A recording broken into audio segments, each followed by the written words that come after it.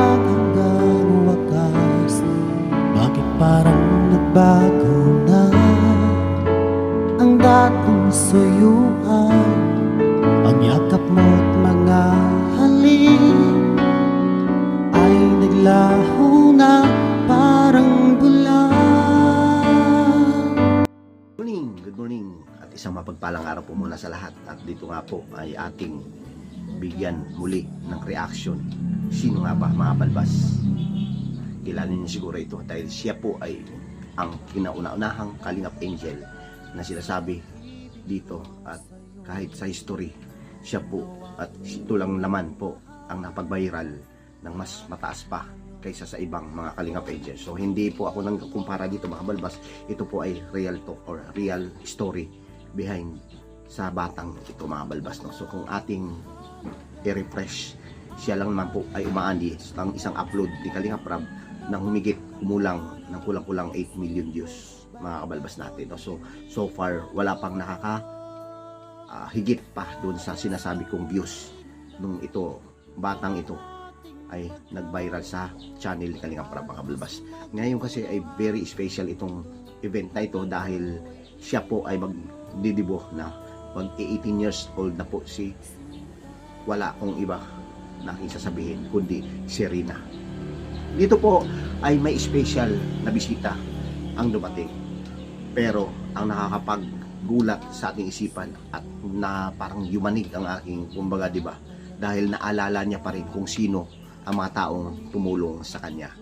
Sino ang binanggit niya dito sa interview niya nung siya ay nakaupo kasama sila Kalingap Edu, Vincent Calyada at si Jello Mags mga balbas, no? So dito ay ating tunghayan mga balbas ang lahat na nangyari dito sa araw ng kanyang dibo, di ba mga kabalbas, dahil nga nung April 9 yan po yung kapanganakan or birthday na ginanap kung saan man malamang ito ay sa Dait, Camarines Norte, at sa isang event na ito ay dinaluhan ni Kalingap Edu mga balbas. Very special ito para kay Rina, at syempre bilang pasasalamat meron talagang pinakamahalaga na binanggit dito si Rina na hindi at na talagang gusto natin na ano nga ba ang kanya sanang, kasi ine-expect natin na si Rina po talaga ay may improvement na to. Laki po ang improvement.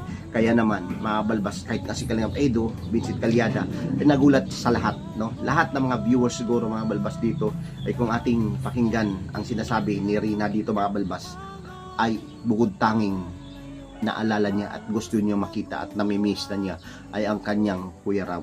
Hinahanap-hanap niya ito, hindi natin alam kung bakit, no, na hindi ito na-invite, pero sa ngayon naman kasi ay very busy si Kalingap Rab mga balbas. Kaya dito ating napakahiwaga at talagang masabi natin na nakagulat ito, no, dahil binanggit pa rin, no, sa ilang taon na hindi nakapunta si Kalingap Rab sa kanya or as beneficiary, dahil nga po alam naman natin ng sitwasyon, dahil iba na po or hindi na po humawak ang Kalingap sa kanya, no? Although naging sinabi naman dito ni Kalingap Edu na Kalingap pa rin naman si Rina, wala naman talaga. At dito mga balbas, kung ating nabigyan ng halaga ang sinabi ni Rina, mas nabigyan din natin ng halaga ang sinabi ni Kalingap Edu sa kanya mga balbas, dahil at sa mga viewers at sa mga kung ano man ang nagiging issue kay Rina, dahil nga ang napakagandang ginawa at sinabi ni Kalingap Edu ay yung katagang sinabi niyang walang kasalanan sa lahat si Rina dahil siya po ay inosente. Walang naging kasalanan si Rina sa Kalingap, sa mga tao o sa ano paman mga balbas, dahil siya po ay bilang special, siya po ay bilang inosenteng bata ay walang kaalam-alam kung ano ba nangyari sa buhay, ano ba nangyari sa kanya, ano ba nangyari sa mundo ng ibabaw na kanyang ginagalawan mga balbas. So dito po ating alamin at pakinggan natin at panoorin ang kanyang celebration dito sa kanyang birthday mga balbas. Ito po yun. Puntahan tayo na isang selebrasyon, at hindi lang basta-basta to, no, kasi isa ito sa dating Kalingap Angel.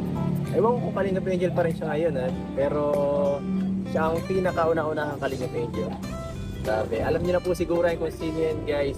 Walang iba kundi si Rina, ang dati nating beneficiary ni Kalingap Rab. Na syempre malaki ang ano ni Rina, malaki ang ambag ni Rina syempre sa Kalingap, no? Syempre kailangan din natin suportahan. Siyempre sa akin din, bilang kuya ni Rina, kailangan ko rin siyang kahit paano ipakita siyempre yung support din natin, kahit sabihin natin medyo nagkaroon na ng ibang nag-aasikaso sa kanya, ipakita rin natin sa kanya minsan na nandiyan pa rin tayo at isa pa rin tayo. Wala naman sa atin problema si Rina di ba? At sa Kalingap. So ang problema lang, iba na nagpo-vlog sa kanya. So wala naman sa akin problema, nag-invite si Kalingap Vincent. At yun, kailangan natin mag forma ngayon para kahit konting pakikitungo lang sa kanila para hindi naman tayo maging pang KJ, no? So, ng mga balbas, no? So dito special talagang doon tuunan ng pansin ito at tinutukan talaga ito nung in-invite nga itong si Kalingap Edo nila, no? Kasama si Benjit Calyada, sila Jello Mags. So far naman Kalingap Boys ay nandito, no, mga balbas, no? Yung tatlo na ito.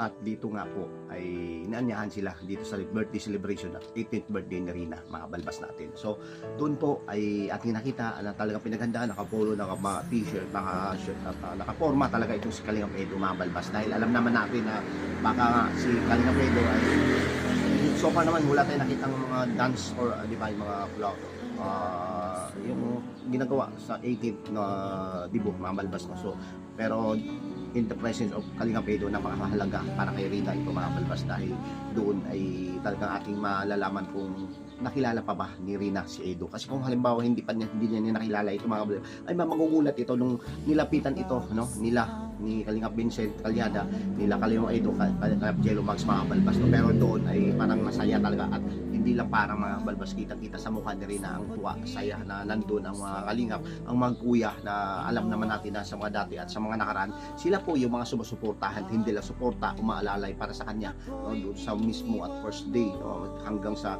siya po ay gumaling, no? Mula sa pagkalukulok sa talagang masalimuot na nakaraan, mga balbas, no? So ating napansin dito ay natuwa si Rina, yun nga lang, no, kasi sinasabi niya ay meron siyang binanggit dito na si Kalingap Rab, pinaka-importante sa buhay niya.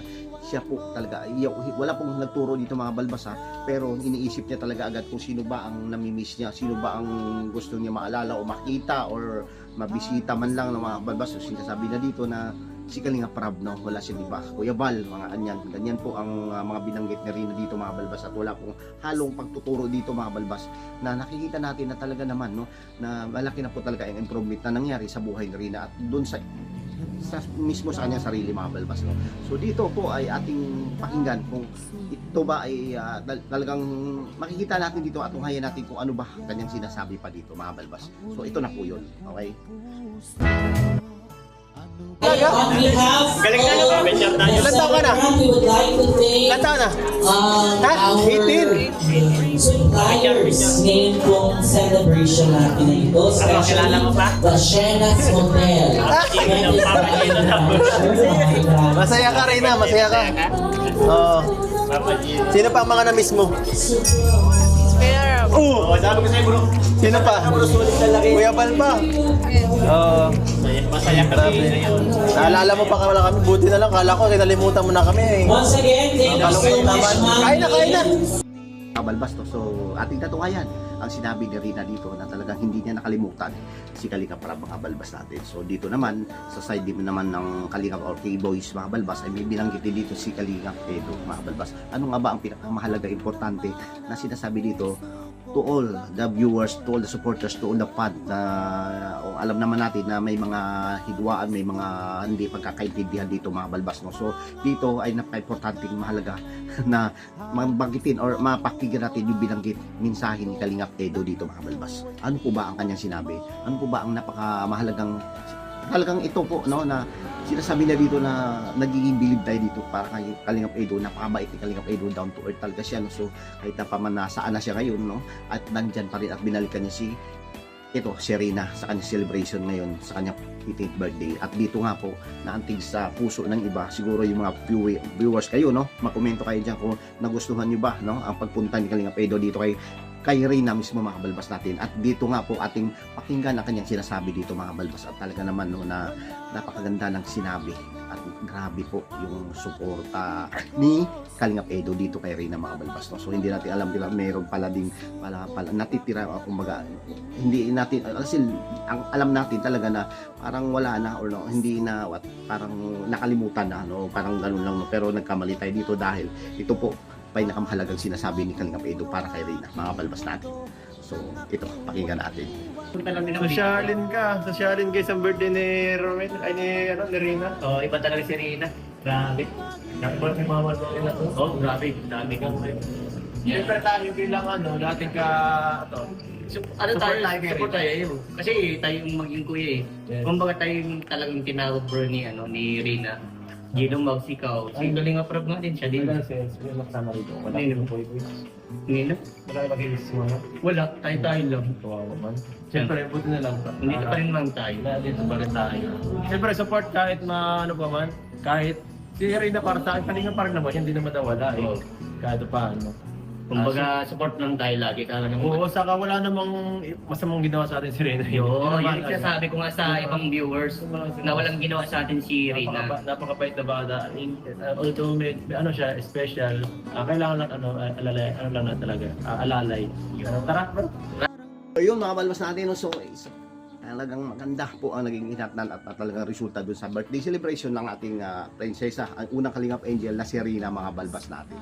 So marami po ang nanonood, marami po ang masaya, marami po ang talagang nandito po yung mga hindi pa nakapanood sa full video, nandun po na i-upload sa channel ni Kalingap Rap at syempre dito kay Reyna mga balbas no. Meron na naman siyang sariling channel at nandun, alam natin na nandun din po yung kanyang hindi tayo nagkakamali mga balbas no. So yun po yung nagiging reaction natin at napakasaya natin no. So ang wish natin kay Reyna ay sana magiging maayos pa at magiging improve mas lalo pa no, at syempre higatan niya kanyang sarili, health niya, kalusugan niya, at syempre pagpatapos siya or makapatapos siya sa kanyang pag-aaral through no, sa paghihirap or sa hirap ng sa ngayon, alam naman din mahirap ang buhay lalo na di ba, sa ngayon kasi hindi na siya nasuportahan dito ni Kalingap Rap no. So meron pa rin naman na tumutulong sa kanya, although na sasabihin natin na sa iba na ang nakasuporta or ibang tao na ang nakasuporta sa kanya, at least doon pa rin yung support no, kahit paano ay hindi nawala yung suporta ninyo kay Reyna mga balbas. Thank you at isang mapagpalang araw po muna sa lahat, at sana may mga nakakagusto sa ating channel ay sana i-like nyo po ang ating video para at least paano, or subscribe na rin po para at least paano ay updated kayo sa ating mga video uploads mga balbas natin. Thank you at mabuhay po tayong lahat. Bye bye.